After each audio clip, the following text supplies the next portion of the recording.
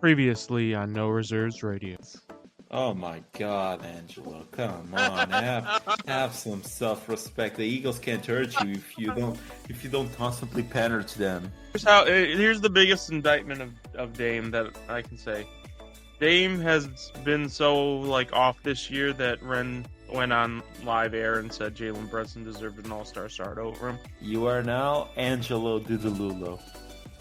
Do you think it is possible that the management of the Memphis Grizzlies are just buying into the reckless youth movement and they got rid of the one person in the locker room that probably was telling Ja to knock it off? Because he's taken advantage of me multiple times when I was younger. That sounded bad. Holy shit. Yeah, I think that's true. I think you're correct in that assessment.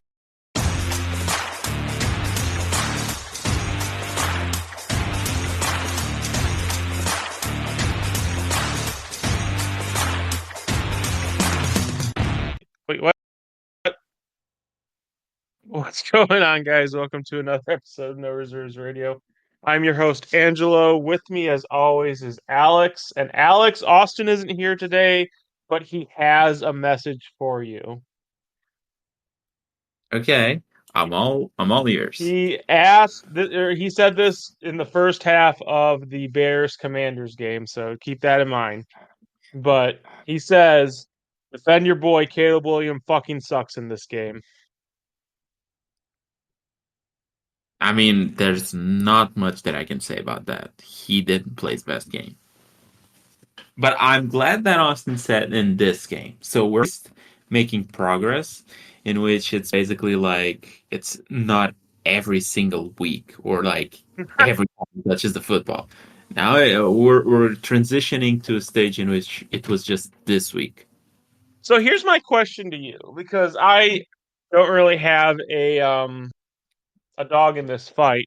But I will say, is it not at the very least concerning to you? And granted, he's a rookie, these things can develop, but is it not concerning to you that he is very poor while under pressure, especially compared to how good he is when he's not under pressure?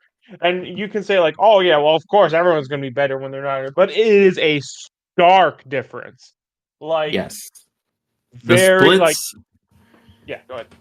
No, the splits are definitely very much different. It's not a situation in which it's everybody has this sort of splits. No, his splits are actually very worrisome to a point.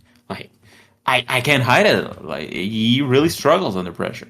Now, I don't think that's enough for me to just throw him under the bus and say, yeah, this guy stinks, he's never going to be good. Because I do think that players should develop, should be given the opportunity to develop, especially when they do look good. For example, if you grab a guy like Bryce Young, for example, he never looked half as good as Caleb Williams has looked in his best games. If you grab a guy for example, a guy that I like, Anthony Richardson, I think his highs are probably a bit above Caleb Williams, but Caleb Williams has shown the consistency that Anthony Richardson hasn't, although only in the good situations, in the good scenarios in which he isn't getting the pressure or isn't getting as much pressure. So yeah, although it is concerning, I do think it's part of the growing process, and I think it's just par for the course. Now, as the season progresses, we said that these three games, Washington, Arizona, and New England, were the three must-win games for them to make the playoffs. They've lost one of them. Yep. I would say that they deserve to lose that one, although they were winning, and the lucky Hail Mary got that. Which, to be fair, I have to give. There was one episode a couple of weeks ago that was Alex war on bad coaching. I'll have to give props to the Washington Commanders coaching, because the Hail Mary was okay. That's a fluke play, of course. The ball gets tipped by a defender and just falls in Noah Brown's hands, who has had I believe he had 2 or 3 drops in that game alone. But the play prior to that one, the one in which they get around 20 yards or something on Terry McLaurin for 5 seconds or so. I believe they have 8 seconds on the clock. They get a 15 to 20 yard play to Terry McLaurin on the sidelines that basically uses like 5 seconds on the clock. That's smart coaching because with 8 seconds, you can almost, it depends on how quick you draw the play, but you can almost get 2 shots deep. Um, and no, they did the smart thing there. They got 3 yards that because the defense was just in the shell that would allow that sort of coverage. They weren't protecting the flanks or anything. I believe after the game, one of the McCourty brothers was on either I believe it was NBC or something like that, in which they were saying like Bill usually had a play which was like no free fives, which is no free plays of that sort in those El Mary situations, in which some of the cornerbacks would just drop down and protect the flanks there. So props to Cliff figuring out that wasn't the case there and getting those 20 yards that allowed Jaden Daniels to have the arm because that ball was underthrown in the end zone. Like that didn't even reach the end zone. But the tip got him to Noah Browsand. Without the Terry McLaurin play, they probably don't get that off. So props to that on the coaching side. Yeah.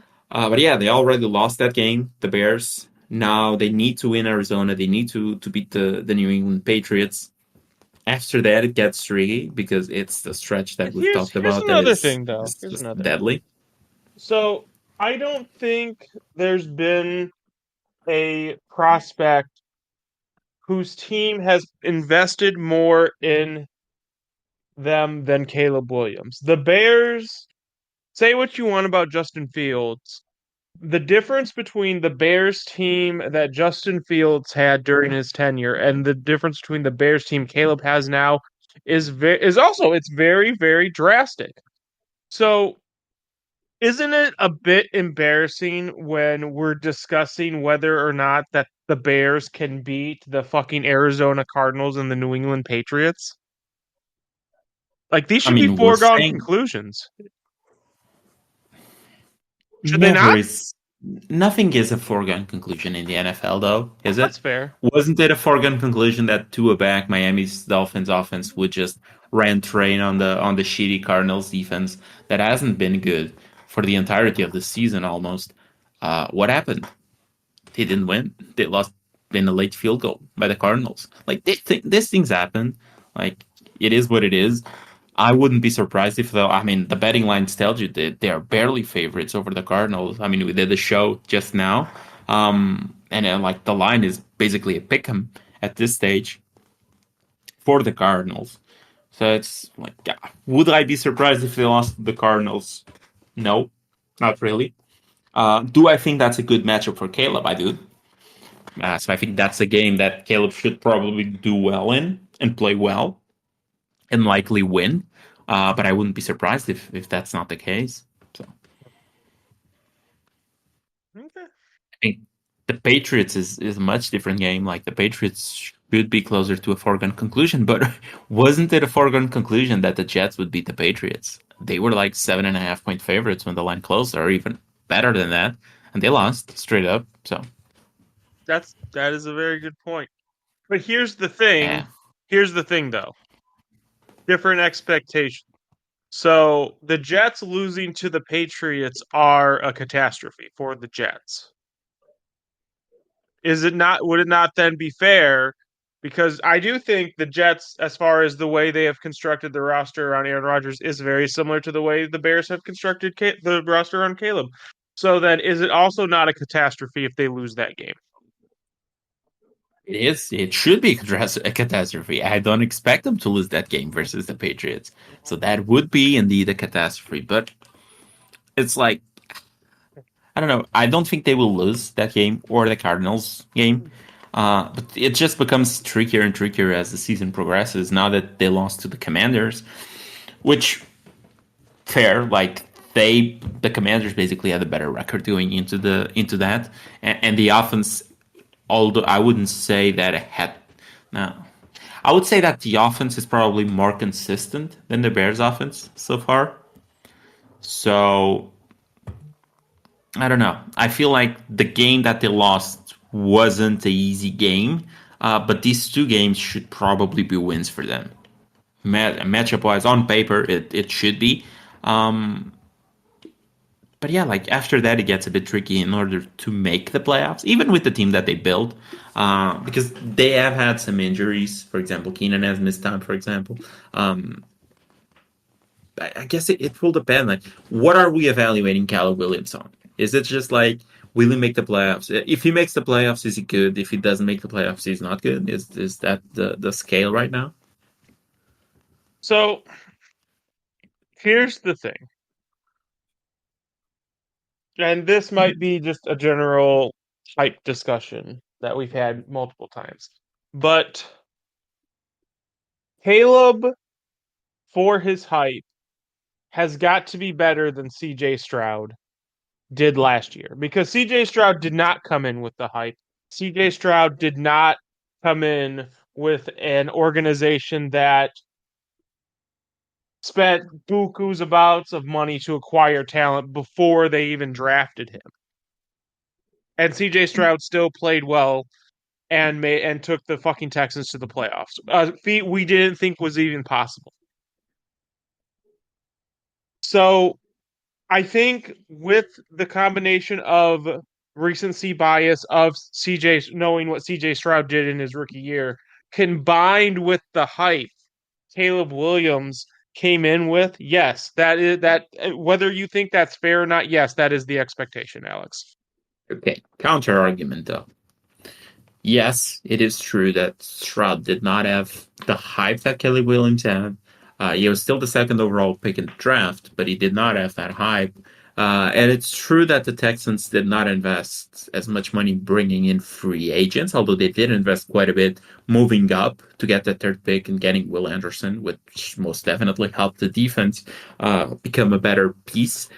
Plus, they had invested in Derek Stingley the year prior, for example, which Right, like but these are it's draft picks. This is not yes, money. This is not it's physical money. This is not physical, like trade assets. all correct. They did not invest money in free, or at least as much money in free agency to bring some of the guys, or in trades to bring some of the older guys. They invested through the draft. One thing I would say is probably the coaching staff is probably better in Houston versus what it is in Chicago. Nonetheless, my counter argument would be that if you look at the divisions and what the Texans had to face, and for example, a Colts team that lost their starting QB, that for whatever we think of Anthony Richardson, I do think that the offense was built for him. So him being out and like having a guy that has a much different skill set than what your starter has, I think that always takes some adjustment. And although they were in the premise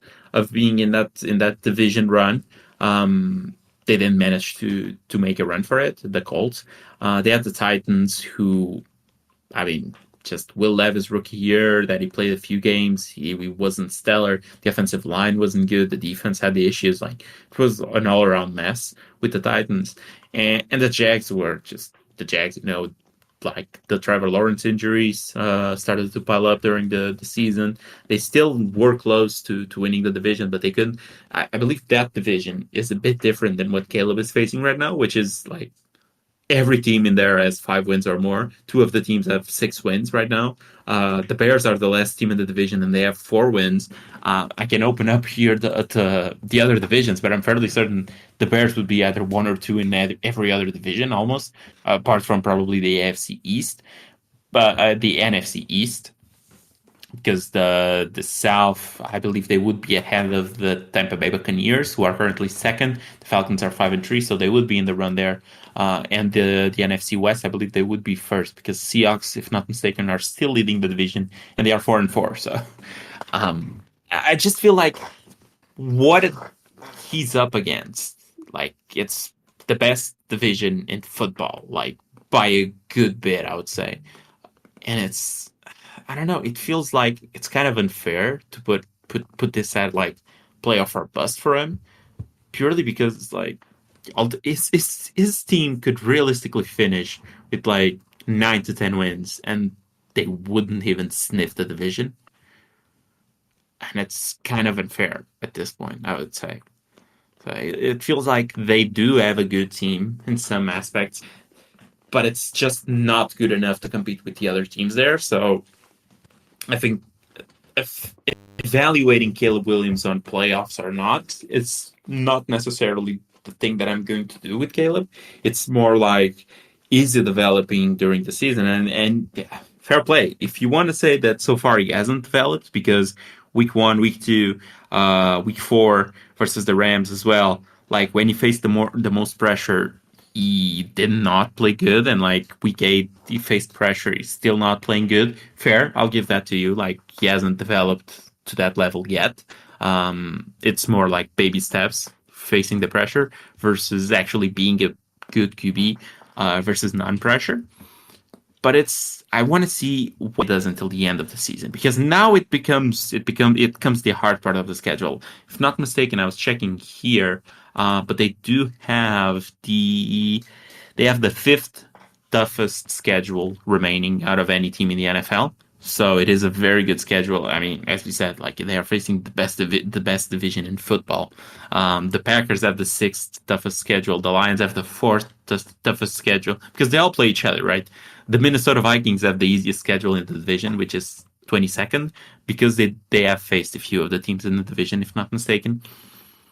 So I don't know. I feel like I want to wait before I throw this guy under the fire, because I do think that some of the things that he does. Plus, in the last drive in which they managed to get the touchdown, he made some of the clutch plays in order to get that. He managed to get some of the runs.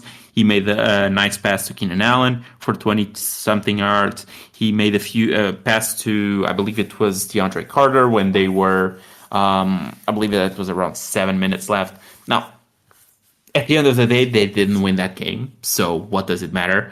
The play that actually like DJ Moore got hurt in, that was a massive pass from Caleb and a tough reception by DJ Moore. But that's a connection that I was hoping to see, and that's something that I saw. Even with pressure, even with the game being against him, he managed to get those throws in, which are some of the wild throws that we've been expecting out of him. So at the end of the day, he did not play great. Once again, versus pressure, he struggled. But when the game was on the line, he made the plays necessary. So I'll give him at least that. I think that's fair. What do you think? I mean, that I don't think that's an unfair assessment. So, I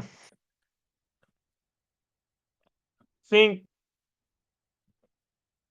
I think the next few years are going to be interesting. Next few, that's what I I think. mean, it is like it depends on how everything is going to unfold right now, in regards to how the team develops and whatnot. So Yeah, you're not wrong. So, hmm. what happened to the Seahawks? Oh, we got slapped, right? I mean, we were feeling ourselves, right? After that Atlanta Falcons win, we were looking good. We were looking like $1 million. And all of a sudden, rainy day in Seattle, Gino comes out, and we have two drives that I think basically solidify what happened to us, which was we had one snap, I believe it was second down, if I'm not mistaken, inside the 20. So we were in the red zone. And the snap go, or like, if not inside the 20, it was inside the 10, because I believe we lost like 20 something yards on that play, and then we were around the 40 to 30. So we were deep inside of the red zone. It was not just on the outside. But a snap goes over Geno Smith's head. Kenneth Walker has to go back, pick up that ball. We basically lose like 20 yards on that play. And we have to settle for a field goal, which, I mean, we were in position to get a touchdown there. I'm not saying that it would have gone for a touchdown, but we were in the position to. And we have to settle for 3 points. Then the other play, it was fourth and goal. I believe we were at the either 1 or 2 yard line. We run the play. Geno Smith was supposed to hand the ball over to Kenneth Walker.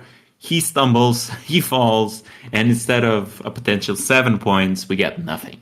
So I believe those two plays really solidify what happened to us there, which was just bad execution in key moments.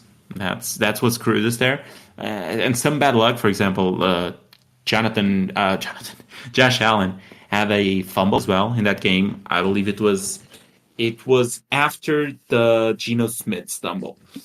In that drive afterwards, they were inside of their own 20 or something like that. Josh Allen takes a snap. He's about to run. He fumbles the ball, but he fumbles the ball forward in a third down or something like that. He fumbles the ball forward, which Ray Davis picks up for like a 20-yard gain or a 15-yard gain. So it's just some of those things that just I'm not saying that's the excuse or that's because that's why we lost. I do think those things helped us lose that game, but at the end of the day, it's just some games are not really your games to win. I think we played poorly, but I think if those things go our way, it's not as bad of a loss as it looks like. So I also think at this point, this isn't a hot take. Jackson Smith and Jigba has usurped Tyler Lockett. That's that's just reality. Depends on the week, though, I would say. Depends on the week. We're saying that right now, right? But then it's like you look at last week, right, versus the Falcons, and if not mistaken, yeah, Tyler Lockett had 6 targets to do Jackson Smith and Jigba 6 as well, but Tyler Lockett had 4 catches, 45 yards. Jackson Smith and Jigba had 3 catches, 9 yards. That's like it's a week to week thing. It's more like that. Plus the targets to Jackson Smith and Jigba are not necessarily good right now because it's very Yeah, he's much the playing in the underneath slot. stuff. Yeah, he's playing in the flanker slot route basically. Yeah, but it's not really a slot route in the normal quote unquote sense in which you're like running the slants on the underneath stuff. It's a lot of behind the line of scrimmage plays that he's getting, Yeah. which needs you to grab the ball and try to be a playmaker, which is not necessarily a strength, I would say. I do believe his role is better in the slot, but more of a guy that runs those short routes, those slant routes, those outside routes, for example, which is just the quick routes that get you like 5-10 yards. Not the guy that you put the ball and try to mimic a Tebow Samuel, for example, because that's not really his strong suit. So his usage is still kind of problematic to me right now. So I mean, I just like seeing him getting consistent targets, and he is. So I think he's a sleeper guy. I think there's a chance that in a few years this guy is going to be one of those people who, he's a wide receiver like 3, 4, wide receiver 3, wide receiver 2, and then he has that huge boom year. I think that could happen for Jackson. What do you think? I I struggle. I think after Tyler Lockett leaves, which we've been saying this for a bit now. After Mhm. Tyler Lockett leaves, I do believe his role is a bit better. Um, but until then, I don't know if this is his usage. I'm not entirely certain I want a piece of it right now. Maybe it's a play more for the future because I don't really think he can get some targets, sure, but if it's like if at the end of the day he gets like I don't know 6 catches and he goes for 40 yards, that's like 10 points in PPR. That's not gonna win you a week. So and that's looks like the sort of usage that he's going to get most days. Now with DK Metcalf Is off, he is he limited by the quarterback play? I don't think so because Metcalf has had good games. Tyler Lockett has had good games. Tyler Lockett has had good seasons. So has DK Metcalf. So I think it's more of a usage type of problem. It's more of a how you're deployed type of problem, and that's can either be coaching, that can either be role, because you have other players on the team that play a role that would probably suit you better, but they're probably better at it. You can say a lot of things in that regard. I think once Tyler Lockett leaves, it could be different. Um, but with Tyler Lockett there, I don't know what's going to happen. To be honest, I'm not the most hyped about Jackson Smith and Jigba right now. Most interesting. Yeah, that's at least my take. So Okay, then who are you hyped for? In this offense, only my guy Kenneth Walker. That's Because it. even in a bad game, he had 11 yards rushing, basically. He's still a threat in the passing game. You remember when when someone told me that he couldn't catch, and now he's getting 4 catches a week, basically. Um, so he's still producing in that sense. We'll at least do that. But yeah, bad game for him. But that's like the one piece that I'm usually excited about in the Seahawks offense. With DK Metcalf out, I don't know how many more weeks he will be out, but with him out, I don't know. This offense really takes a step back with him out, I think. We'll see.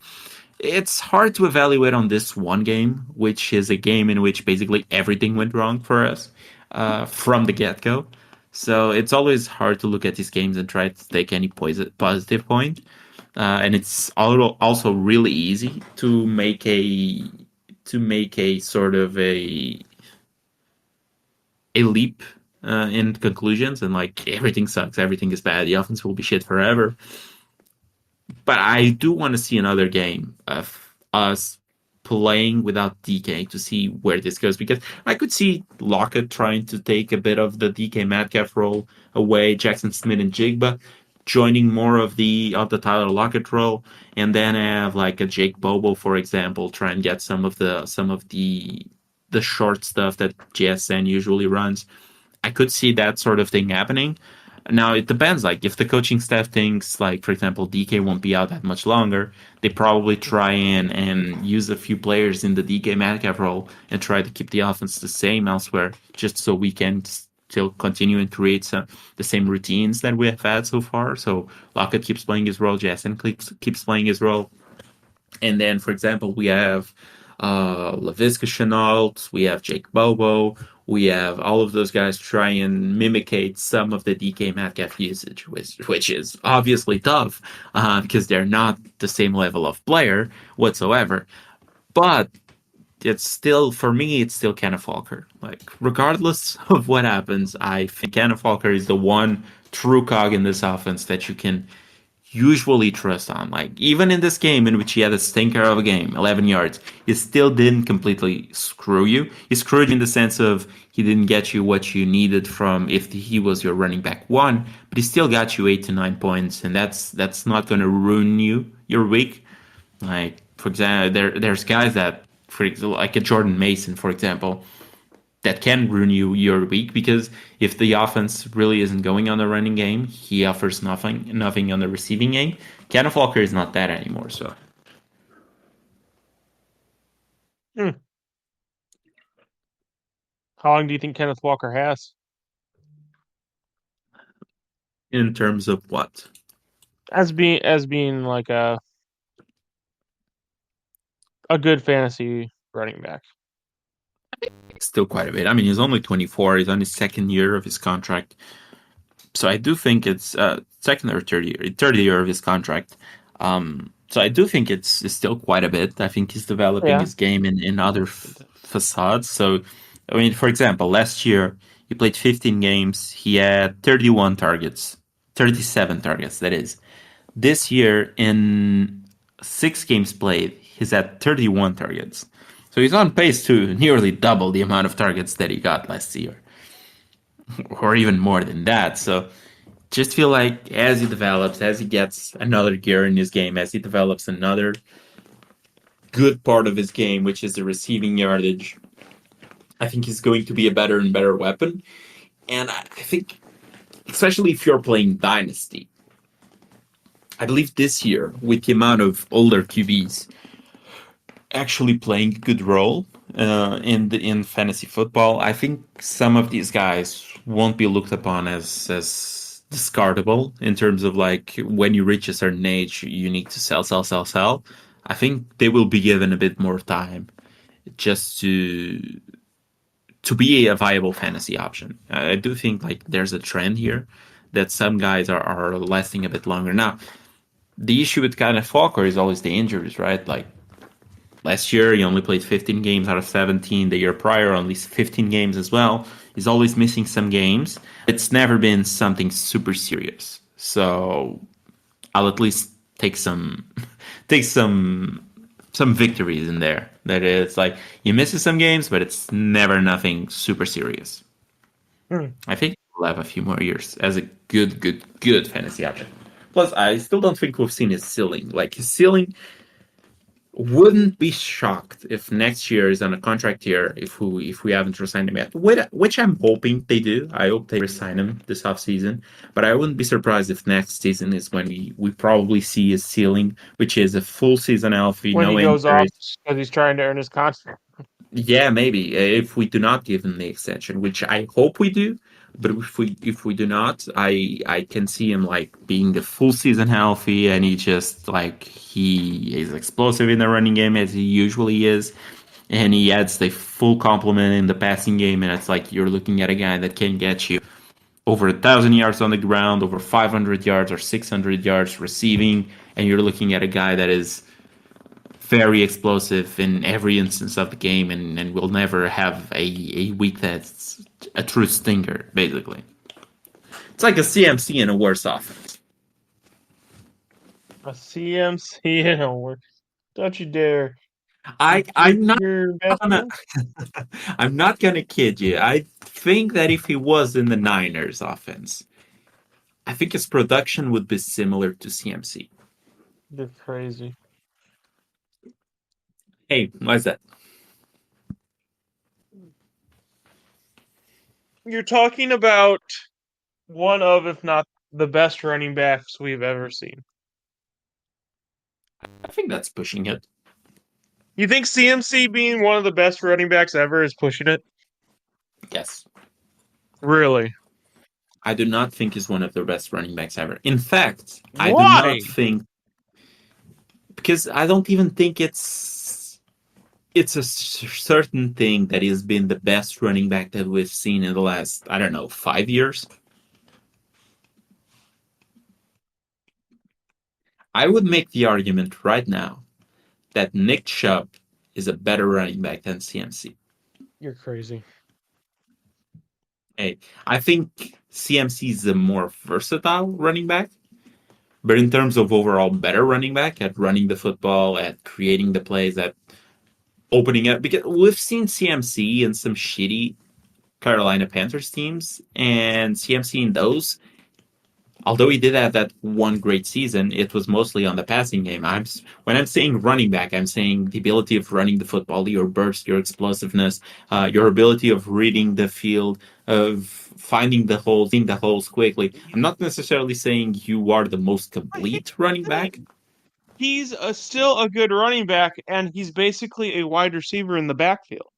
So, like, at what point are you just picking straws and be like, well, yeah, but I mean, between the tackles, he's not the strongest.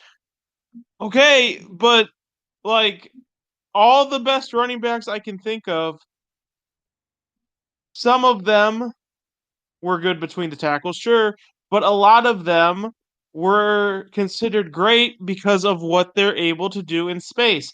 And Christian McCaffrey does possess that same ability that all of these great running backs that you would talk about have in spades. Maybe even better than most of them. One on one in space with the ball in his hands. 1-in-1 in space with the ball in his hands. I probably don't think there's a better guy than Derrick Henry. You're crazy. Hey, it is what it is. I saw Derrick Henry send the guy to the Shadow Realm in a one-on-one situation in which the guy tackled him and he fucking died almost. So 1-on-1, and that's a football player. That's a 240-pound linebacker. So I'll tell you that right now. I think that's probably the guy that I want in a 1-on-1 situation. That's the guy I want. That's the guy that's gonna send you to the fucking Shadow Realm. You and your I'm not Derrick gonna Henry. lie. Yeah, I just I don't know. Whenever the CMC debate comes up, I can never really say that he is the best running back in the league. I think he's the most versatile running back in the league. I think he's the better receiving back in the league. But in terms of like actual running back, actually running the football, like handing it over to the running back and him making a play. I don't think he is at the level of a Nick Chubb, of a Derrick Henry, and even the greats. I don't think he's at a level of an O.J. Simpson, or even for example, a Jim Brown. I don't think he's at the level of those guys.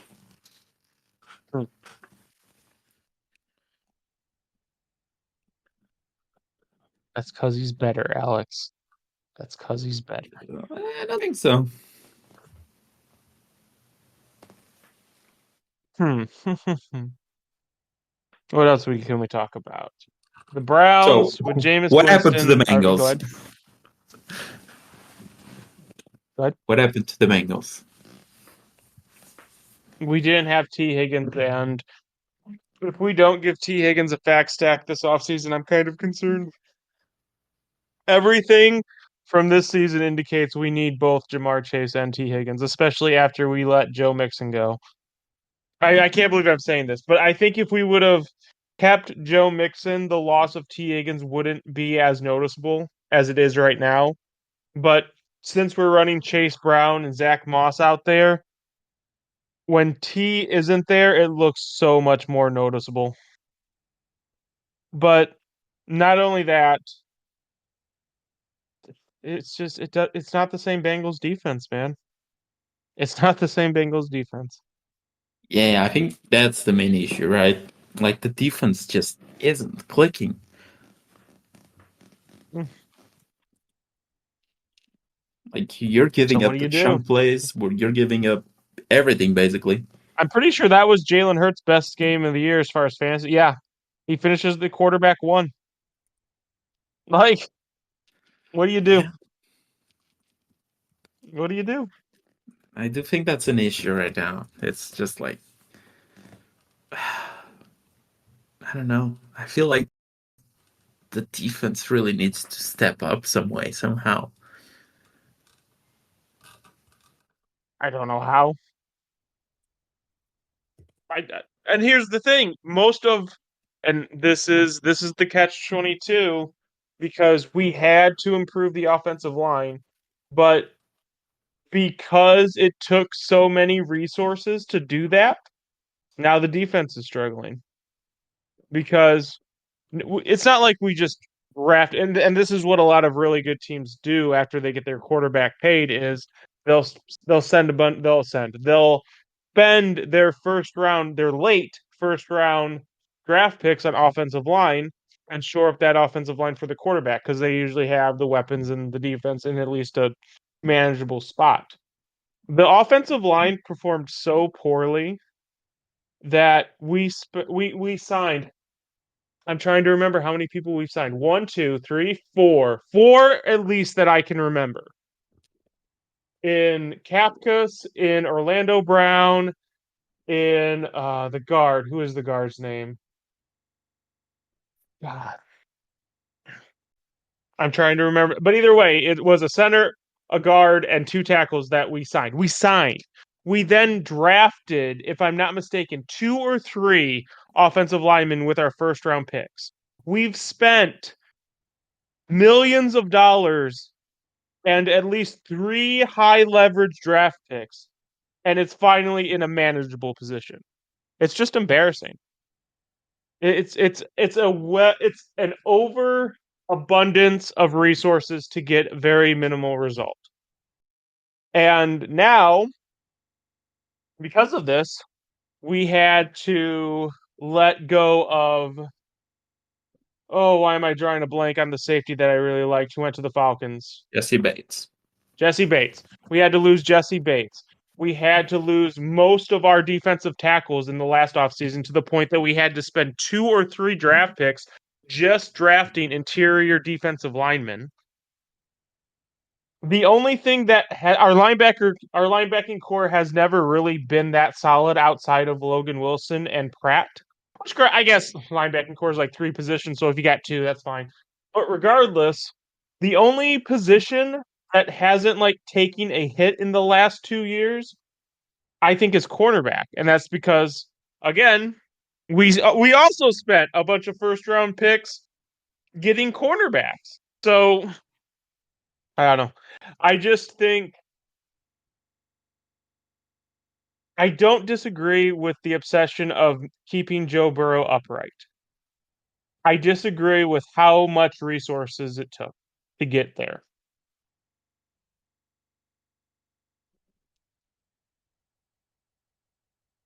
What are your thoughts? I feel like the investment on the offensive line makes sense if you manage to address the other positions successfully, which it doesn't really if you have. We couldn't. And that's the one big issue. Like I think the big things that you've missed, the defensive tackles. I believe you lost either one or two of them. Two of them. We lost Um, both of them. so you lost BJ Hill, right? If not mistaken, BJ or is that Hill yeah, BJ and Hill? I'm trying to remember who was our top D tackle last year. No, BJ Hill is still with you guys. I'm going to find out the two guys that you've lost. So you've lost um, Bengals defense in 2023.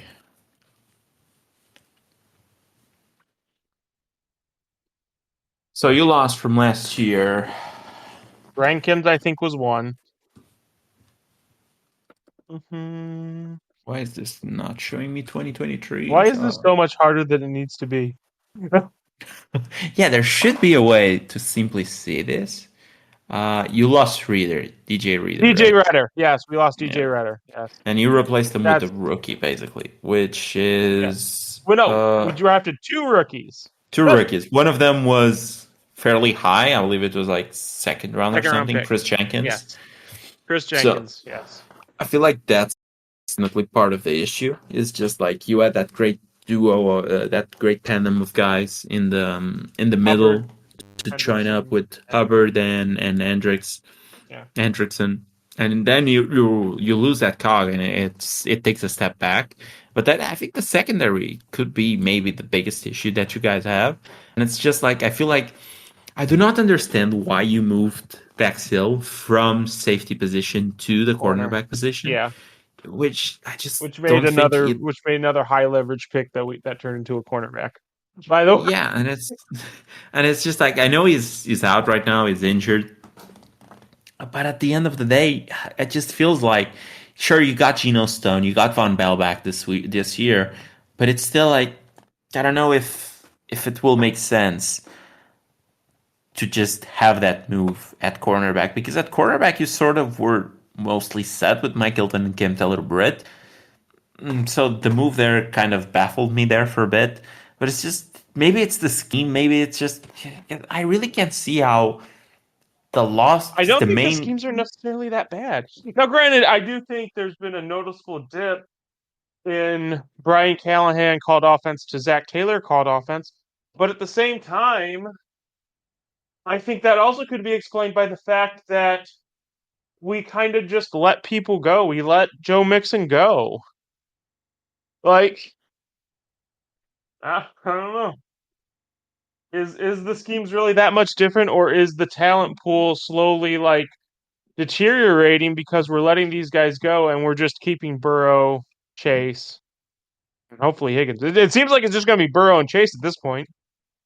Yeah, I mean, it's also true. Like the fact that you lost the fact that you lost Joe Mixon and you replaced them with Zach Moss, basically, that's a major downgrade there. Like maybe it's one downgrade that you look at initially, and it's like, oh, running backs really don't matter all that much, but And like not it only that, doesn't matter.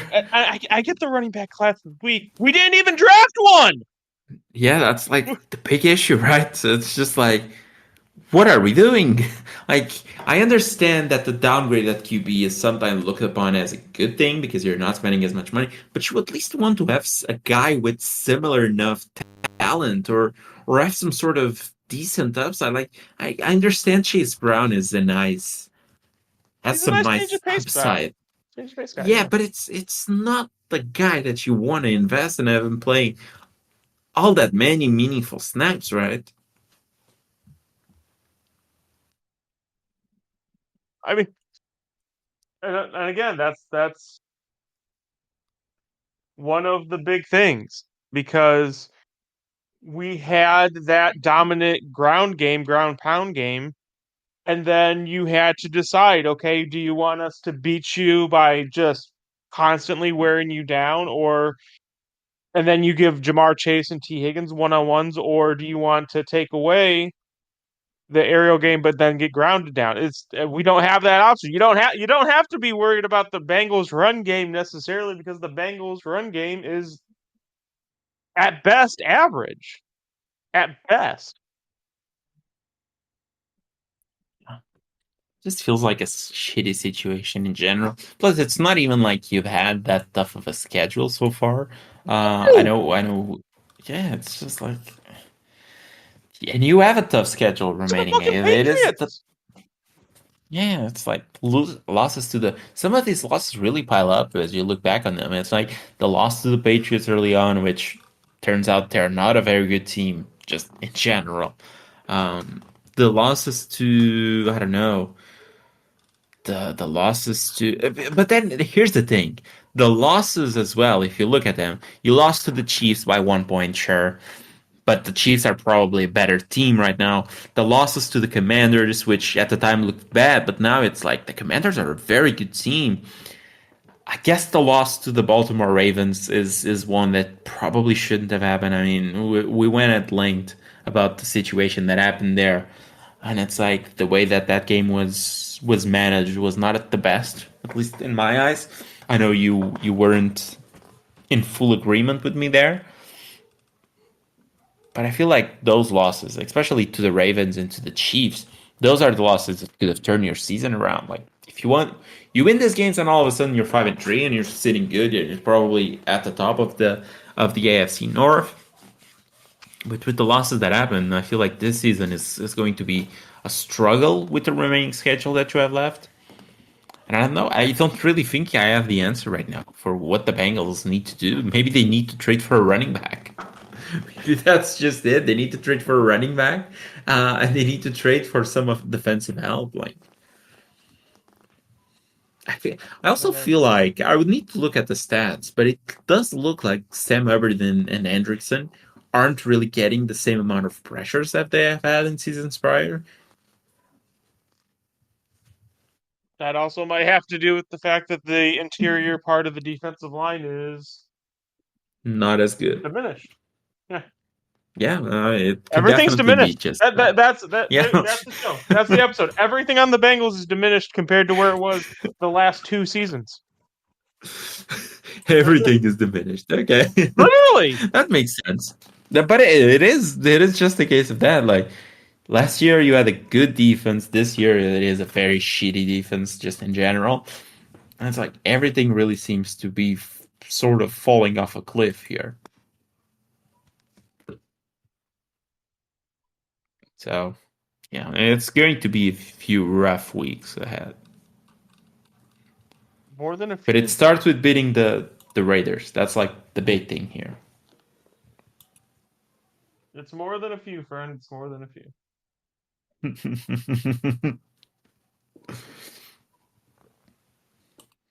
And but that again, that's the thing. Like these teams that we played that were good, we gave them competitive games. It's not like it's that's the thing. It's not like the Bengals are just shit. We're just losing the games we would have won in previous years.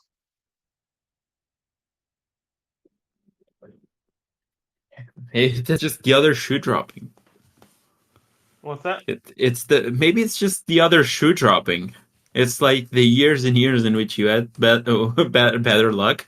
Now you're having bad luck. Could it just be that? Like some sort of twisted karma thing?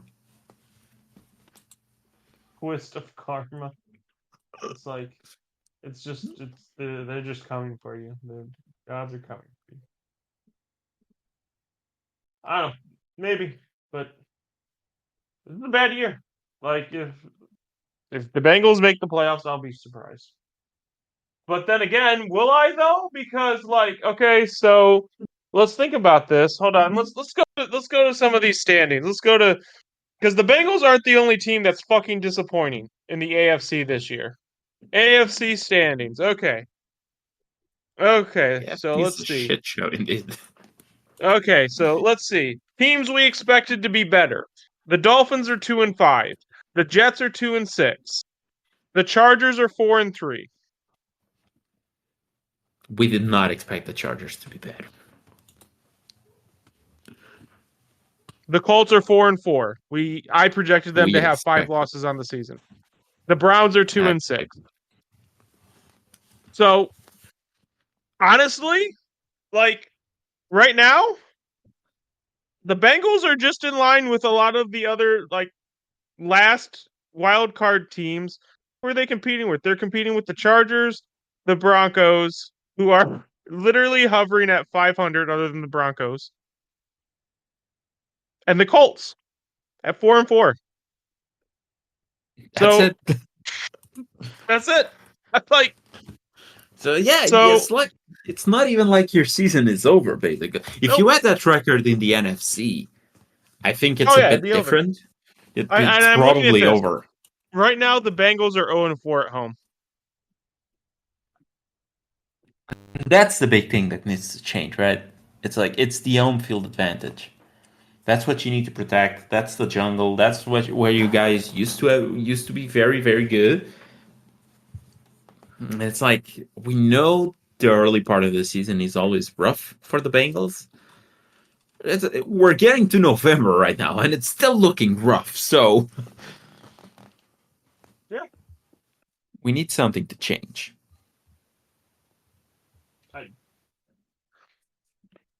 I I just it seems like we cannot win a game without T. Higgins and Jamar Chase both participating in that game. And that's a problem. Because if you That's a can't do problem. that right now, what are you going to do next year if T Higgins is out? Lose. What did you expect? Is an answer. It's just you're just going to roll over. You're gonna lose, yeah. What do you think's gonna happen? Oh, this has not been a good season for either of our teams, right? Oh now. You guys fucking flirted with the fucking number one spot at some point. Where are you guys right now? 4-4. You guys are the fucking Cardinals are the fucking leading the Are they leading the division actually? on Google it says they are. They're 4-4. Because the NFL websites say. 'Cause I wouldn't be surprised if they have like because they beat the Niners and we lost Yeah. to the Niners, so that's why. Yeah, tonight.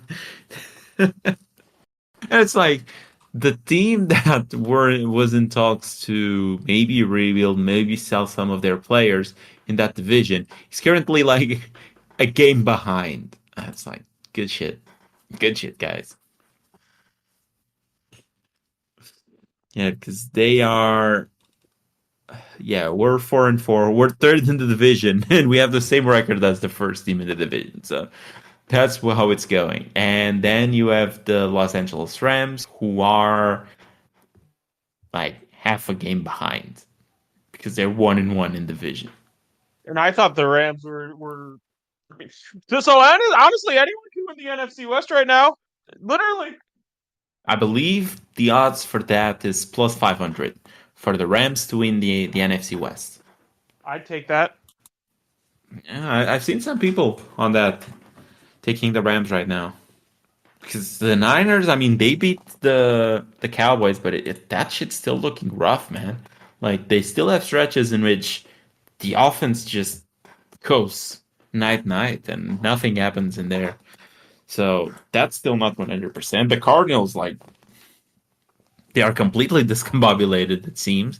Like, they can't put a game together in which they are good from start to end. And we we are just the wildest thing. Like, we have games in which we absolutely annihilate the Falcons, for example. Then we have games that are over by half, like this one versus Buffalo, in which we just get wrecked. So that just feels like, well, all over the place here.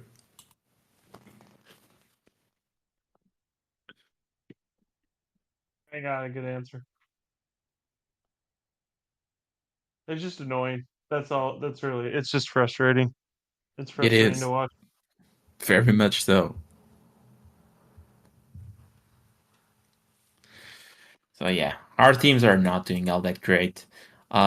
There was some, I wouldn't say breaking news here, but there were a piece of interesting news for us to discuss, which is we just got word from Shane Steichen right now. When asked, I'll open up here the tweet. He was asked if Anthony Richardson will start on Sunday Night Football in Week 9 versus Minnesota, which he said, we're evaluating everything. He also said after that he had a talk, where was it? Steichen also confirmed that there was a conversation with Richardson in the QB room that will be kept private. And he said, quote unquote, he knows that he can't come out of the game. So there was also another report that popped up after that, which said the feedback that, and this is from Stefan Older, at Older Stefan on Twitter, which said the feedback that I got from the Colts headquarters this morning very strongly suggested they were staying the course for wherever that's worth. So it just feels like this is more of a reality check for Anthony Richardson on the media, where he just like is put on check in the media that he's going to be the starter regardless. But it like you need to wise up, kid.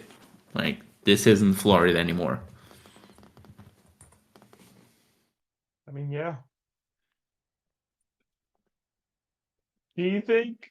Do you think there's a world Anthony Richardson gets benched this year? I don't think so, but I have been more sure before. Let's put it at that. I've been Uh, more sure before. it depends on what happens as the season progresses. If you tell me like he's still playing like this on week, I don't know, on week 12 or 13, and they have a realistic shot at making the playoffs, I don't know. I don't know what's happening there. If you tell me they drop out of the playoff race, sure, he's going to be the starter. Like you need to give this guy reps because he has shown moments in which he is truly a good QB. He has shown you throws that tell you that this guy is it. Now, how much of a leash does he have? I would expect him to get this year, and I would expect him to get probably next year, or at least part of next year, to prove that he is the guy. Because we're talking about a guy with not a whole lot of college reps. We're talking about a guy that has less than 17 games played in the NFL. So I'm expecting this guy to get some sort of leash here still. This just to me, this just feels like this guy needs to be put in his place, needs to know what is happening here. Like you can't say that stuff to the media, even if it's true. You cannot do that. You What cannot did you have that say, Alex? mindset. Repeat it. He said that uh, I can read the quote because the quote is even worse, man. I'll tell you that much. Go for it. I want to hear this quote. So the quote was, give me a minute.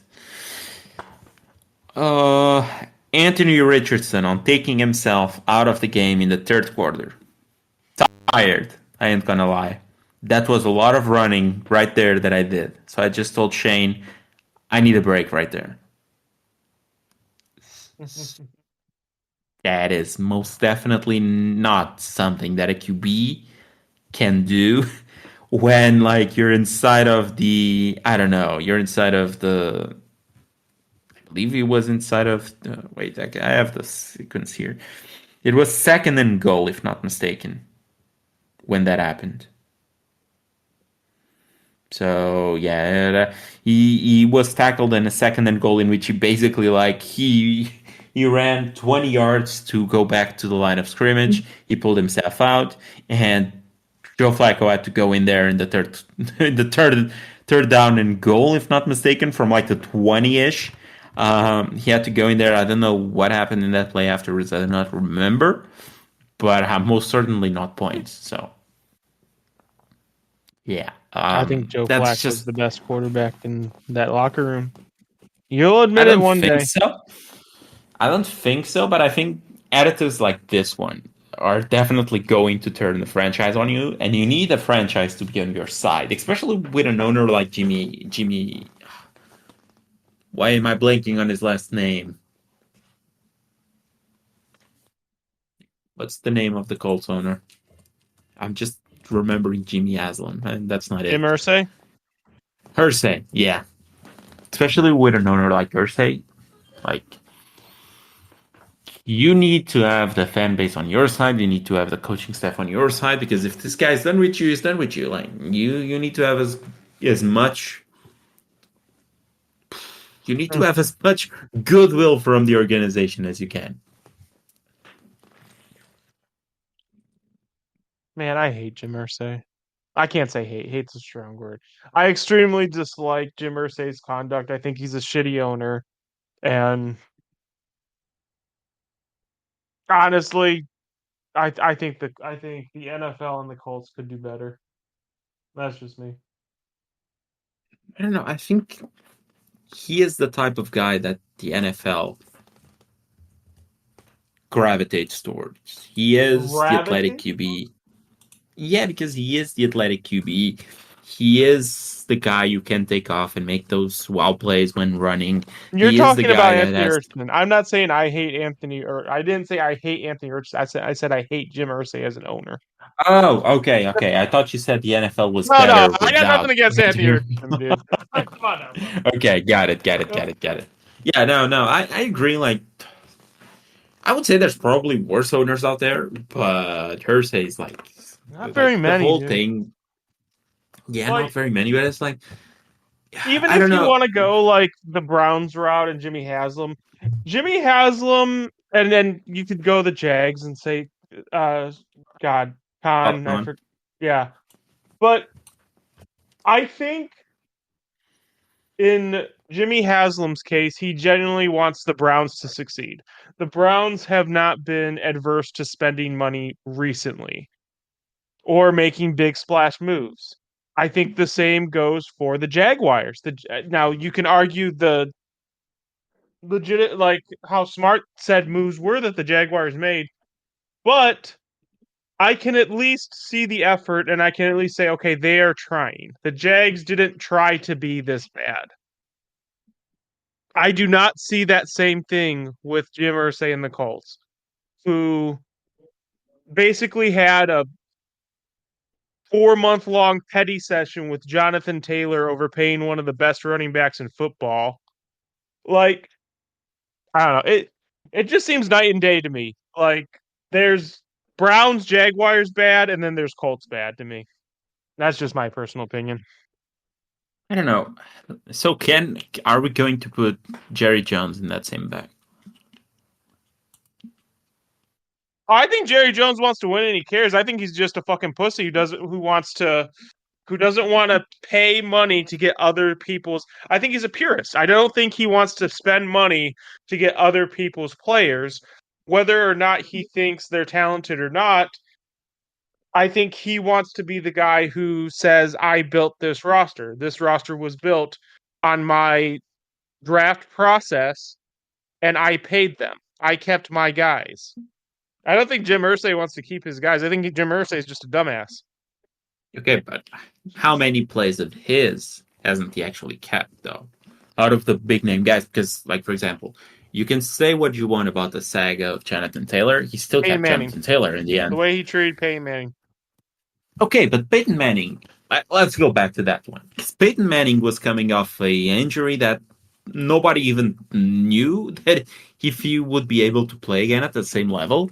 Plus, they had the one overall pick in Andrew Luck, which was a guy that was talked about as a generational prospect. So it's like, can you actually blame him for making that decision of okay, we have a guy here that has gave us a lot, gave us a Super Bowl, he did all of that, sure, but right now he's in a stage of his career in which he hasn't. Was it a neck injury? It was a neck, if not mistaken, right? Yes. He has a neck injury. He's injured. He's going to have surgery. We do not know if he's even going to be able to come back and play. So it's like they just let him go. If not mistaken, the contract had run out. They let him go. They drafted the heir apparent in Andrew Luck, who was spoken about as the best guy to ever come off the draft since, I don't know, since Peyton Manning or even Elway, probably. That's just an easy decision to make. That is good ownership. Now, you can speak Cool. about loyalty all But we want, but at the sure, end of the sure. day, he was doing what you wanted him to do, which was do the best for his franchise and win. Like you said that he didn't care about win. That move proved that he wanted to win, though. Fucking shit. Full fucking shit. He did that, and then he decided after this isn't before after Andrew Luck proved he was worthy about it. He then gave Andrew Luck an offensive line so bad that it forced him into retirement. So no, he didn't care. He didn't, Okay, Alex. so okay, how do we put this?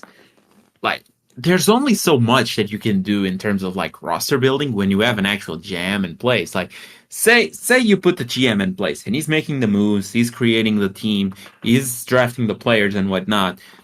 He's doing all of that, and it failed. Okay, right. So we blame that guy. But if Hersey had come in, he had overridden everything the GM had done, and he had invested in more shit and whatnot. Like then we're saying that Ursay is a meddling owner, that people really like meddling owners, and we would be comparing him to Dave Canales for Dave Canales, no, Tapper from the Carolina Panthers, or we would be comparing him to I don't know.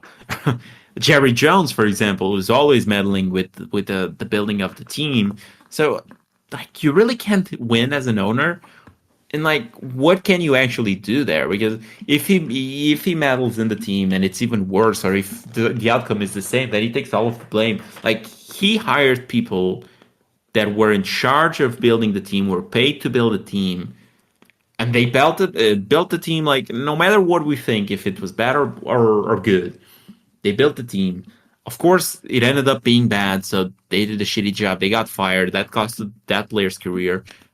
Sure, but I don't can't really blame Irsay from that. Like he wasn't making the team, and if he was meddling and trying to make a better team or something like that, we would be pointing the finger at him, saying that he's a meddling owner and that he's no good for the NFL.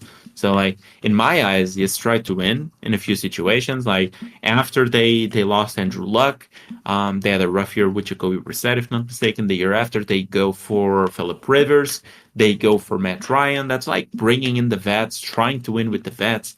They've brought in Carson Wentz as well. They've brought in guys that are trying to win. They are not like bringing guys off the street that like they had a season with Jacoby Brissett, and they were not like, oh, we're going to have multiple seasons of this guy. No, they were trying to improve from Jacoby Brissett, try and get a better QB, and try and win some games. So, like, I really can't blame him for not trying to win. I think you're crazy. I would blame Jerry Jones more for not trying to win. You would blame Jerry Jones more? Yes. Okay, so if we're talking roster construction, so can you please explain to me why Jerry Jones, that is hands on everything, so why did this year they decided it was okay to run this run game with Rico Dowdle and Zeke Elliott and Dalvin Cook? Did anyone expect them to have a good running game with that? Why did they decide that for wide receivers they're going to have CeeDee Lamb and nothing else? Did they expect the offense to look good with that? Why did Jerry Jones decide that after last year's embarrassment with Mike McCarthy to keep Mike McCarthy? Did they expect to win with Mike McCarthy? Because we've had plenty of seasons showing us that So Mike McCarthy can't win the big games. Like he won one Super Bowl that he was dragged to by Aaron Rodgers, and that's that. So, like, how can I say that Jim Irsay does not want to win, but Jerry Jones wants to win? When all of the moves that Jerry Jones has ever done show me that he does not want to win. He wants to be talked about. He wants to be praised. He wants to be loved. But like actually making good moves for the NFL, for his NFL team, like outside of the draft, in which he has done a few good moves recently, like his free agency is always pretty shitty. Like his roster construction seems to be pretty shitty.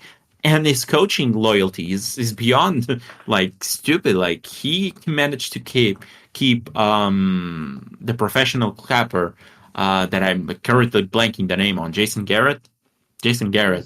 for Yeah. way more years than he should have. Now he's keeping Mike McCarthy for way more years than he should have. I don't know. Like you're telling me that guy wants to win, but Jim Irsay doesn't because he replaced Peyton Manning with Andrew Luck when he didn't even know if Peyton Manning would be a good QB going forward. So that's just kind of a I don't know. Like I can't really like Jerry Jones for anything. He's like, I can't like Jerry Jones. I guess difference of opinion. I just don't understand that guy is that much better of an owner as Jim Irsay. And it goes back to the same thing. If you take the Herschel Walker trade off the books and you make that trade disappear, they do not have the many assets as they have from the Saints, if not mistaken. Like, what happens there? Like, are they even America's team? Do they even make the dynasty in the 90s? Because I think the answer is no. So then it's like Jerry Jones never won a title in his whole time as an owner. And we're supposed to praise that guy, that he wants to win. Like, the only time that he actually won was when he managed to not blackball, but when he managed to deceive a team into giving him, like, I don't know, 3 years worth of 1-2s. I mean, like you take that away. that, What do you have? You pretend like the Cowboys aren't perpetually winning 11 games every year. When was the last time the Cowboys won 11 games? Last year. Last year they won 11 games. Okay, so you're saying that because of that, and I'm going to double check that because I don't even. Did they actually win 11 games last year? They won. Yeah, maybe.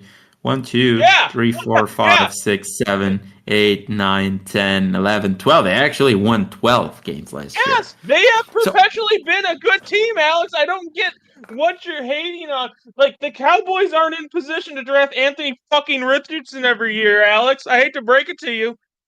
But are the Colts in that position every single year? Because if I remember correctly, they have been. Last year with Gardner Minshew, for example, at the helm, they still managed to muster 9 or 8 wins. Like that's not 12, sure, but so we're saying that success at the NFL level is having like 11, 12 win seasons and then going to the playoffs and being blown out at the first chance that you've got. Like it happened last year with the Packers, like it happened the year before with the 49ers. Is that what success is? Are you actually saying that? Is that something that we should be proud of?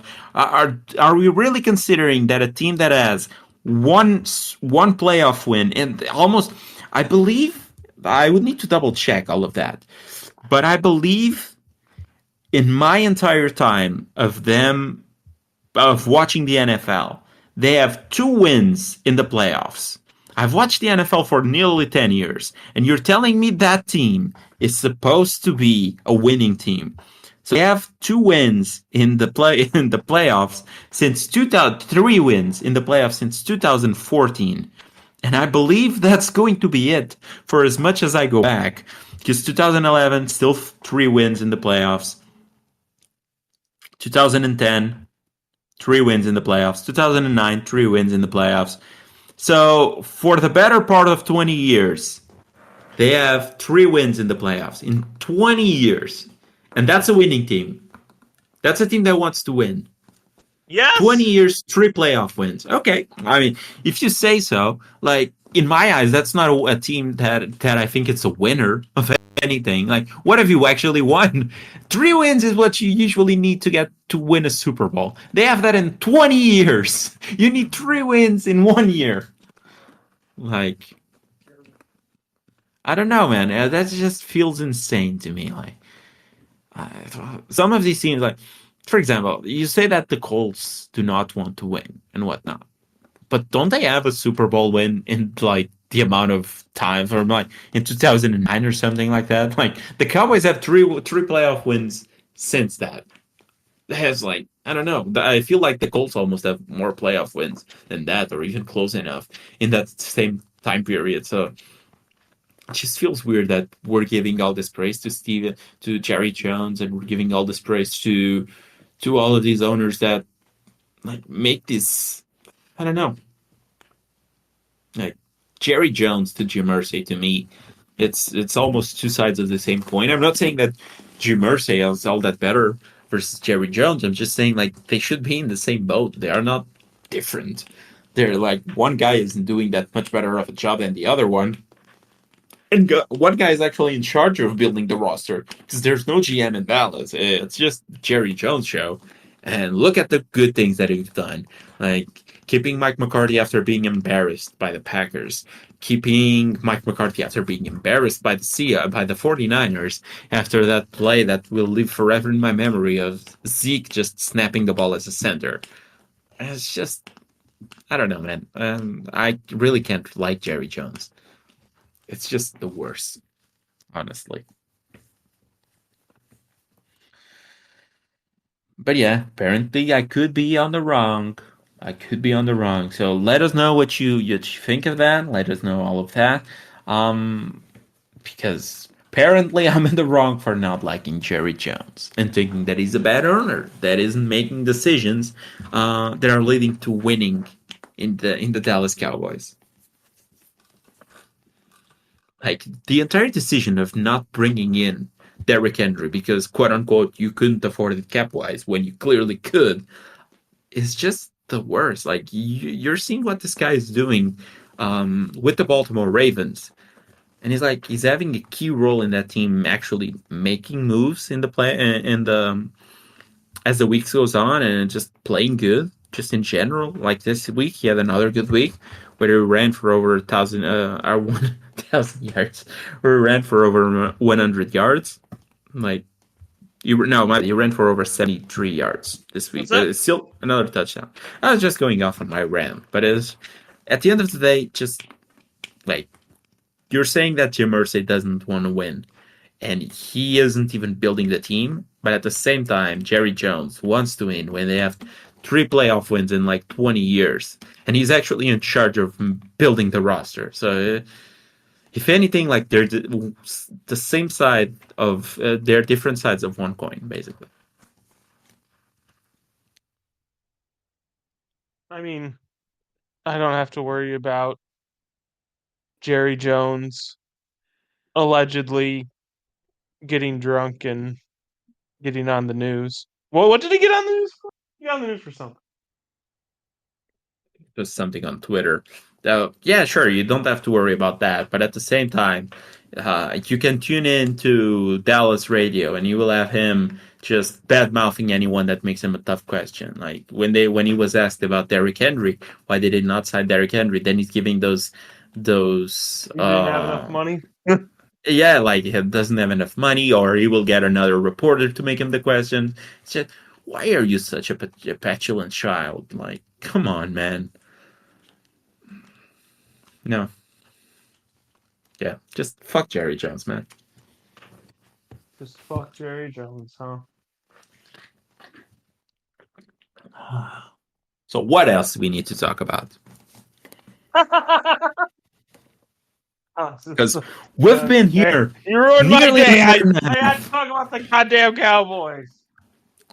Yeah, you always need me to talk about the Cowboys. What do the Cowboys matter? Like, can't we talk about actually good teams or actually good storylines? Why are we focusing on Give me a an good old storyline. Give me a franchise? good team then. Give me a good team. Give me a good team. Marvin Harrison Jr. is finally back, baby.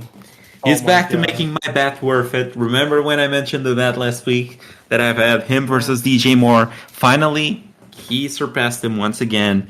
He's back in there. 6 catches, 111 yards, a Oh, touchdown. Marvin might have the better quarterback, so. Oh. Hey, for this, I'll take it. I'll take it. Sure, sure. If that means I win my bet, sure. I'll take that. So, yeah, just Marvelous Marv is back. Like he never left, baby. Unbelievable. Um, Oh, man. He's still not better than Malik, but that's all that matters. Let's see what Malik does this week versus the Steelers Yeah, it's as a hard well. defense. Unlike Marvin Harrison Jr., Malik doesn't have a top three tight end getting taking coverage away from him, so he's gonna have to, make plays. Weird, weird how that works, huh, So Alex? Marv isn't making plays. Got it. Hmm. Okay, if you say so. If you Okay, so one thing right now, I'm looking at the playoff scenarios and the playoff picture here. And I wanted to know your insight here on who do you think will snag the remaining playoff spots. So right now, I'm looking at the NFC and at the playoff picture of the NFC. So the Lions are currently the 1 seed, the Commanders are the 2 seed, the Falcons are the 3 seed, the Cardinals are the 4th seed because they're winning the divisions. After that, we have the Vikings, the Eagles, and the Packers. Do Yeah, you I think think those wild card teams pretty much stay the same. you think those three? Okay, so you think the Packers, the Vikings, and then whoever finishes second in the NFC East is going to be in the three wildcard spots. But yeah, I mean, yeah, because then you got the Cowboys and the Eagles competing for that. So yeah, probably. Oh, okay, so you're finally admitting that the Commanders are the best team in the NFC East. Okay, I like it. This guy. Hey, you said it. Okay, then these are the teams on the outside looking in. The Bears. Do you think the Bears make the playoffs? No, I don't. The Buccaneers. Do you think the Buccaneers make the playoffs? Uh, hmm. I actually don't. Okay. So you're saying that basically you also think the NFC South is already decided as well. It's the Falcons. It's probably the Falcons, yeah. Okay. The 49ers. I think they make the playoffs. I think it's between them and the Rams. I think them or Yeah. the Rams win the West. And it's the Seahawks. Then And no, it's the no, Rams. yes, your Seahawks aren't making it, man. Okay. So the But Cowboys actually have a 25% chance of making it in. Do you think they make the playoffs? They are currently so the Eagles are 5-2, the Cowboys are 3-4.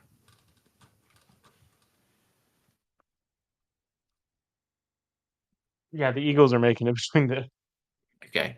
So you think that the only actual spot that is up for grabs is the NFC West. Yeah, I do. Hmm. Honestly, I actually think that it could be one wild spot because I think one of these teams could actually drop off a bit. I could see, for example, the Packers having a rough stretch here with the games that they have left. Having a tough stretch with Jordan Love not back 100%. He's been prone to making some mistakes. Not saying that they're game costing mistakes, but they're definitely mistakes that is turning the ball over in situations that are not the best. He's turning a bit into to Brett Favre. Um, so I could see the Packers or the Eagles struggling a bit, or even the Vikings. I think that all three of these teams have some bit of fraudulence in them. I'm not saying that they're frauds. I'm not saying that they're not good, but I do think that on an off day they can definitely turn sour. So I could see like a but it's just tough because then I look at the other teams and I think that all of them are quite sour. I definitely think that the Rams are probably the best bet to win the NFC West because the Niners, I don't know if McCaffrey is going to be back. I feel like Purdy is still struggling a bit. Um, Ayuk is down for the season as well. Debo, I mean, he's always banged up, it seems. Always something with him. So I wouldn't be surprised if the Rams just jump the Cardinals. But then I wouldn't also be surprised if the Cardinals can make some sort of a run because they're a team that is like the highs are decent, the lows are not all that good. So I could see like the Rams making it, and then, for example, the Cardinals going toe to toe with like the Packers or the Eagles, for example. I wouldn't be surprised at that. But then the reason why I brought this up is, what do you think happens in the AFC? Because we talked a bit about this, but I want to give you some of the names right now. So right now, making the playoffs are the Broncos, the Ravens, and the Chargers. Do you think any of those teams make it in as wild cards? I wouldn't be surprised if it was just the Ravens making it. Honestly, As a wild card. yes. So you're basically conceding the division to the Steelers, I would guess. Maybe. I don't know. The AFC North is so hard to predict right now because I don't think Tomlin's given up that huge lead unless it's to the Ravens. But I think they're making the playoffs either way. But Okay, so they got a tough schedule though at the same time. It's hard. I think the AFC is much harder to predict than the NFC. yeah, that's why I brought it in. I wanted to know your 7 playoff spots right now for the AFC. I'm guessing the Chiefs are probably in, right? No, the Chiefs are the 1 seed. Yeah. The Okay, Chiefs the and the Chiefs are Bills the I ones. think are locks to win their division at this point. Yeah, I The agree. the Texans, I think, whether you like them or hate them, I think you have to agree they're the best team in the South too. And they have like a 2-game lead right now on the Colts, and Yes. they've won 2 of the games versus the Colts. So Yeah. I feel like that's a given as well. So I So feel it's like basically those 3 games. three, So yes, yeah. yeah, those 3 are set. That leaves you with 4 spots right here. And you're saying that basically the AFC North is between the Steelers and the Ravens? I think so, yeah. Okay, so you put one of them in there, and the other one probably makes the playoffs as a wild card, right? Yeah. So that leaves you 2 spots. You have the Broncos at 5-3. You have the Chargers at 4-3. Right now, the second team is the Colts at 4-4, and then come your Bengals at 3-5. So everything is somewhat close right now. It's not like the Broncos do have a few games lead there. But I wanted to look at the strength of schedule remaining. And for the Broncos right now, the strength of schedule remaining, you're looking at they have the second toughest schedule of any team remaining. Then you're looking at the Indianapolis Colts. So they have the 26th easiest schedule. So definitely hardest schedule that is. So a very easy schedule for the Colts. And that finally, the other one was the Chargers, and the Chargers they have where was it? The Chargers have the 16 hardest schedule, so it's middle of the pack there. Meanwhile, your Cincinnati Bengals, we spoke about them, they're at the 12th. So I would say that even though the Broncos have a good lead in terms of like they are 2 games ahead of the Bengals right now. 1 game ahead of the Colts, 1 game ahead of the Chargers. They do have the toughest schedule, so I wouldn't be surprised if they miss it in the end. But they are the team playing the best football out of the Chargers, the Colts, and the Cincinnati Bengals. So who do you think are the last 2? So let's say the Dolphins are probably not making a run. Their chance of making the playoffs right now is 6%, according to the NFL I actually think website. there's a better chance they make a run than people are giving them credit for. Do you think there's a better run, the Dolphins or the Browns make a Dolphins. run? The Dolphins. Dolphins. Okay. Okay. Because that's the other team. Like the Dolphins are 2-5, the Browns are 2-6, so similar enough schedules, records that is. The NFL is giving them a 4% chance of the Browns making it in. Dolphins have a 6% chance. Then you look at the Bengals; they have a 28% chance. So it starts increasing there a bit. That one win really makes a whole lot of difference. I think right now that the AFC, it goes the wild card. It goes Broncos, goes Steelers or Ravens, not in that order. And the last team, I do think it's going to be the Bengals. What do you think? Where are the 2 teams remaining here for the AFC? I mean, I could see that. I just don't.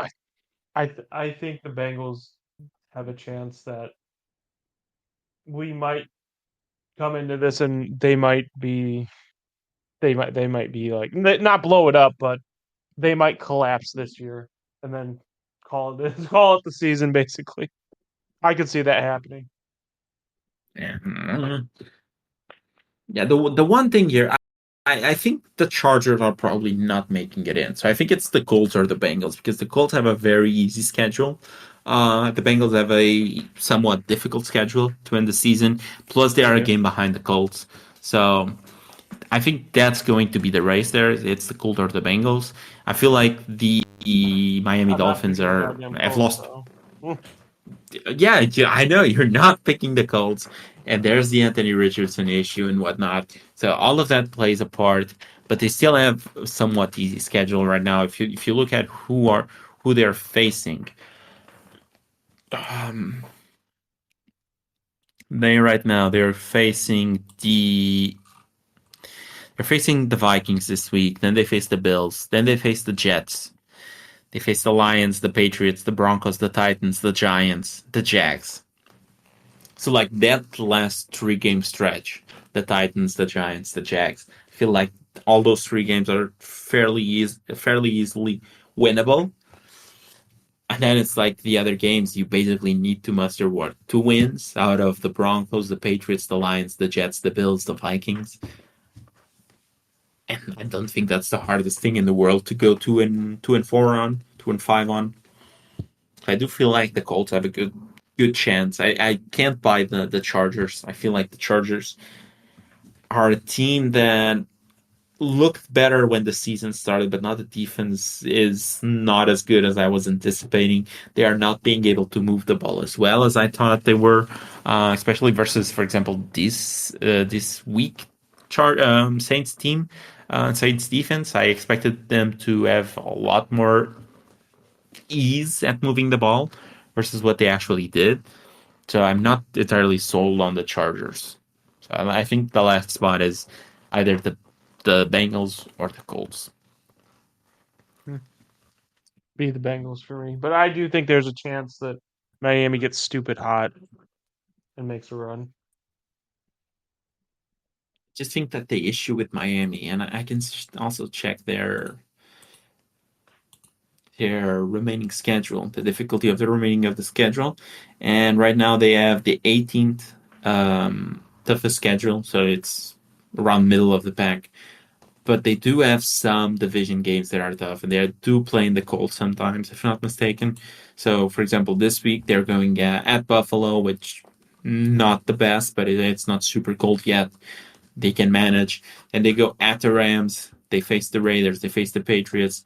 But if not mistaken, yeah, they still have to go at the Jets, at the Browns late in the season, which it's going to be super cold, and we know how the Dolphins are usually in the cold. Plus, they have to go at Green Bay, and that's the end of November. So I would assume by then it's quite cold right now, right there. So those 3 games, the Browns, the Jets, the Packers, all between week 13 and week 18, I think that's what's going to do them in. Hmm. Even if Yeah. you assume they win everything else, if they lose those 3, you're already looking at 10-8. You're already looking at games lost in the division. It's not looking at their best right now.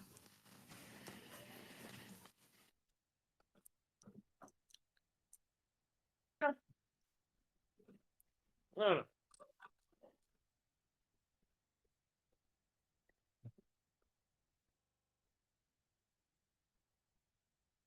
I think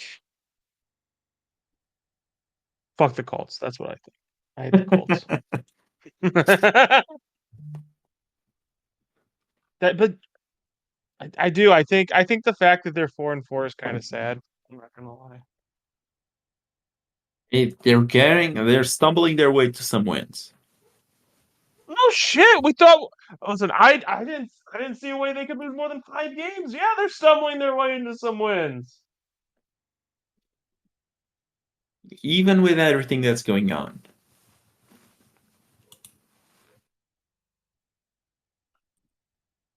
What do you I mean? don't know.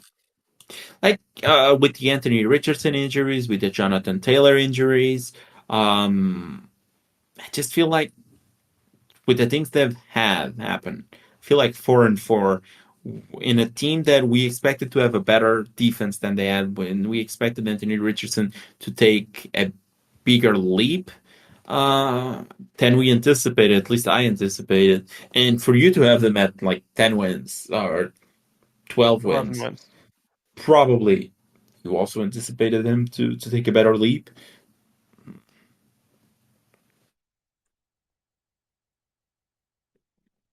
Yeah, but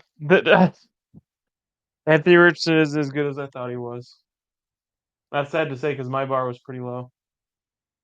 You actually thought they would get 12 wins with this AR. Yes. That feels rough. I'll tell you that much. And I think we're seeing that's very rough. Yeah, they're not getting there. They're a disappointment.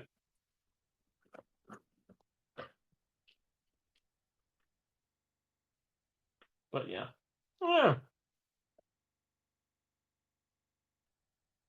I think do you think the Jets come back or what do you think's happening with the Jets? Because right now they're on the outside looking in. They look really, really, really bad, dude.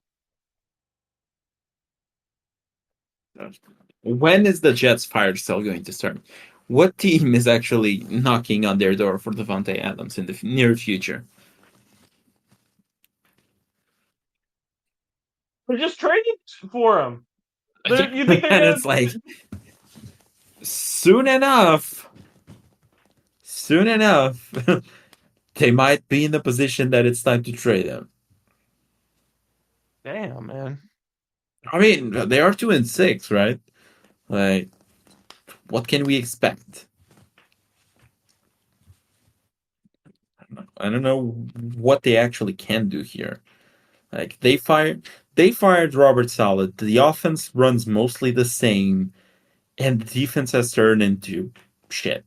So it's like they Well, no offense, effect but yeah, they run mostly the same. The reason they run mostly the same is because Robert Saleh wanted to fire the fucking offensive coordinator, and so yes, the offensive coordinator that was going to get like let go stays and resumes his duties. Yes, they're gonna look similar offensively. that's that's exactly what I said when he fired them. It's like the issue here is offense. He wants to get rid or at least bring some help in to that part of the team. They fire him and they basically do nothing on the offense. Like Hackett is still around. Like he's not calling plays anymore, sure, but he's still around. He's still the OC for wherever it's worth it. He's still drawing up the schemes and whatnot. So like this is still his offense. He's just not calling the plays. And it's like you had one good thing going in the last 3 years, which was your defense. Like Robert Saleh went in there, the defense was hot trash. He went in there and he made them a top 5 unit. They were still playing to not that big of a standard as a top 5, but they were still top 10 defense probably with Salah in there. They fire Salah, and all of a sudden, this defense is straight trash, and the offense is still like they're doing mostly the same things. So, what did firing Salah accomplish here? Because I think that's nothing outside of making Aaron Rodgers happy. Yeah, but that's the goal. I mean, you traded an arm and a leg to get Rodgers in the building. You got to keep it happy, friend. Oh my god, I just feel like that's a dumpster fire, man. Like the Jets, like losing to the New England Patriots, and not only losing to them, but allowing a 70+ yard drive in the last like 3 minutes of the game for the Patriots to get a score and put themselves up. That's just like I don't know what you're doing, man, anymore. Like that defense, man, that defense needs a lot of work. I think Salah is available, so they should probably hire him, as he seems to be a very good DC and defensive coach in general. So maybe they should give him a look. What do you think? Robert Saleh to the Jets.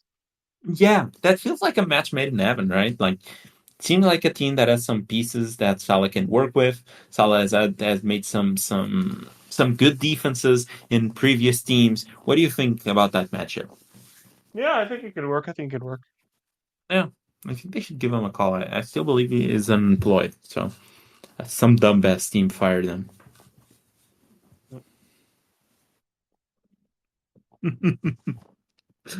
Oh, buddy, like I don't know what I'm making of the Jets, and the Jets like they don't know how to have an easy schedule right now till Oh, the end. Like it's they want their I don't know primetime they have. games, damn it. If you look on paper and at the stats, it could look a bit easier than what it actually is, but then it's like you still have to face the Texans this week. They have to face the Cardinals, which again, at times they look good, at times they look like shit. They still need to go at Miami now with Tua, so like most of the stats that the Dolphins have this year basically thrown out of the window. Same thing for the Rams. Now that they have Puka Nakua and Cup, like basically, if you look at anything, it says that this is probably an easy matchup, but it's not an easy matchup anymore. Then they The have to go Rams are at not. Buffalo. Yeah.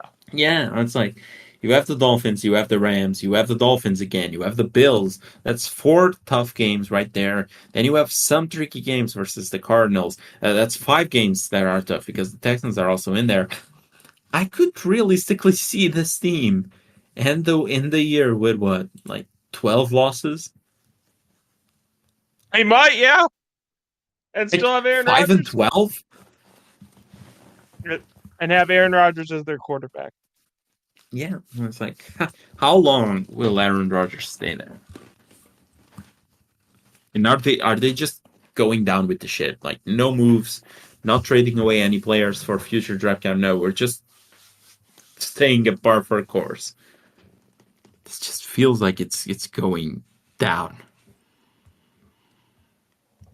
He is going. How bad does it be? It does it must feel to be a Jets fan, man. Hey, I was there once.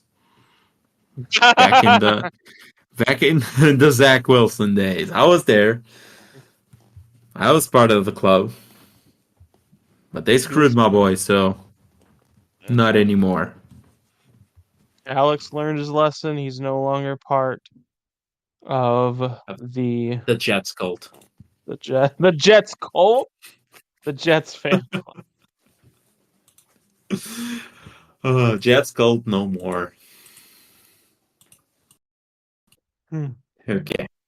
What else do we have to talk about? What do you want to talk about? I don't know. Not so much. We've been here for like almost 2 hours now. Yeah. If you wanna say goodbye and to the people and go on your vacation and abandon them, then go for it. Say Hey, goodbye. we pulled double duty to give two shows to the people, so that's not what we're doing here at all. We're pulling double duty. We recorded two shows in the same day. So we're doing stuff. We're doing stuff. But yeah, I think that's about good enough. I think we spoke about most things. Um, so this is probably good enough for the week. No news came out of Jordan Love while we recorded it. I think I saw something. Yeah, his MRI came back with some positive news. It's a strained groin, nothing major. He will try to ramp up throughout the week, but there's no confirmation if he will play or not. So Unfortunately, we cannot give you that news. Alex, you failed us. no, we do not. Hey! The news reports have not come out. Like we're doing this on a Monday as well, so like you can't expect much news to come out on Monday. Expect that Derek Carr is expected to practice Wednesday, and Coach Dennis Allen has said that he's optimistic he can play Sunday at Carolina. That's a dub. Meanwhile, rookie wide receiver Bub Means has a high ankle sprain and will miss time. So That's another 15 targets for Chris Olave. Let's go, my boy. hey, we're doing. I have him in a redraft league, which is my only money league, and I'll tell you right now, my wide receiver core. Now that everyone is healthy, we're looking at Drake London, Garrett Wilson, Terry McLaurin, Chris Olave, Puka Nacua, and George Pickens. Damn. And I can only start 4 guys, so what? Why'd you But the draft them thing all is, then? because, like, for example, I drafted Drake London, I drafted Garrett Wilson, I drafted Terry McLaurin, and I drafted, I think it was Puka Nacua and Chris Olave. So the idea was you start Olave, you start Nacua, you start Wilson, you start London. Then I drafted Terry, and he was like on my bench for most time. It was just like in case, because I drafted Jaden Daniels, so in case things were looking good, I had the stack, the stack. Turns out, like, all of those guys are actually very good. So, like, Drake London is wide receiver 5 on the year. Garrett Wilson is wide receiver 6 on the year. Terry McLaurin is wide receiver 9 on the year. Chris Olave has missed time, so I really can't put all that much into it. So, now the thing is, at running back, I'm starting David Montgomery and Chase Brown. David Montgomery and Chase Brown. David Montgomery's been pretty good this year. I took 0 running back, quite literally. So there's worse. I've There's been worse trying. to happen. David Montgomery. It is, sure, but like David Montgomery as your 1, it is not super ideal. As your 2, it's awesome, but as your 1, doesn't feel great. But I've been trying. I'm going to try and work the phones a bit. I'll see if I can get a running back in. It's like I want to work. Yeah, I need to get a running back in that helps me out. And now that every single wide receiver is healthy, I can get some more out of them, I would guess. So maybe try and move. The thing is, getting running backs is quite hard at the moment, but I'm going to try and maybe trade for like my boy Kenneth Walker or Alvin Kamara. So we'll see how that goes. Okay. Anything else you want to add? Nah. Okay. Let's go Olave. So, Olave to the moon. Make Olave to the Olave a moon. top 3 wide receiver in fantasy. Let's go. Okay. Okay. So, guys, thank you for staying up this long. This will be Normalize out on Olave Tuesday. Normalize Olave love. This will comes be out out on Tuesday. Yeah, the other show that we recorded prior to this one will be out on Thursday. So stay tuned for that one. Please listen up to it. And the best way for you to stay tuned on that is just to turn on the auto downloads. It will just pop up on your feed. You don't need to know anything about it. And that really helps out the show. So please, if you can, please do that. If you're also on Spotify, Apple Podcasts, wherever you listen to your podcast, just make sure to leave us a 5-star review, leave us a comment, subscribe to the show, all of those good things. If you're on the YouTube, please make sure to subscribe, notifications on, comments, all the things that you've been doing for quite a while now. And yeah, hope you have a good week. Hope you had a good week on fantasy football as well. Good week on betting, good week on all of that. We'll be back on Thursday with a recap on our bets for this Tuesday. week. 9. Yeah, no. Oh no, Thursday. This never Wait, mind. we'll be I back messed on up. Thursday. I messed up. We'll be You're back right. on You're Thursday. right. Come on now. Come on. You messed up, Angelo. Yeah, we get it. Okay. Two shows, nearly 4 hours recorded today, so we get it. We'll be back on Thursday. Stay tuned for that. We'll get a recap of the picks, and we'll pick the week 9 games as well. So stay tuned for that. Hope you enjoy it. And yeah, talk to you guys on Thursday. Have a good one. So.